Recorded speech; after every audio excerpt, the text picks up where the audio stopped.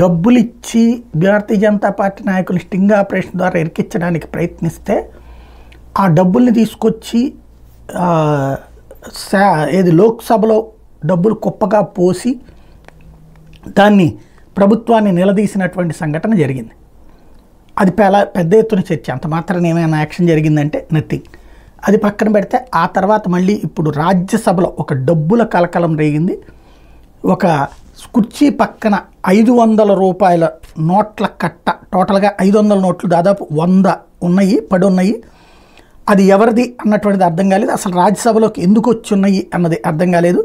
ఇది ఎంపీ అభిషేక్ మను సింఘ్వి సీటు దగ్గర దొరికిన డబ్బులు. దాని మీద విచారణ జరుగుతోందని ప్రకటించారు రాజ్యసభ చైర్మన్. డబ్బు ఎవరిదనే కోణంలో విచారణ జరుగుతోందని ప్రకటించారు. టోటల్గా అసలు ఏంటి అనేది తేలాల్సి ఉంది. అది మామూలుగా 500 నోట్లు, ఒక 500 నోట్ల కట్ట అంటే అభిషేక్ మను సింఘ్వి లాంటి లాయర్కి పెద్ద ఇష్యూ కాదు. అది ఎవరన్నా ఫీజుగా ఇస్తేనా లేకపోతే ఏదన్నా ఎవరన్నా ఇరికించుకునే ప్రయత్నంలో జరిగిందనేది తేలాల్సి ఉంది.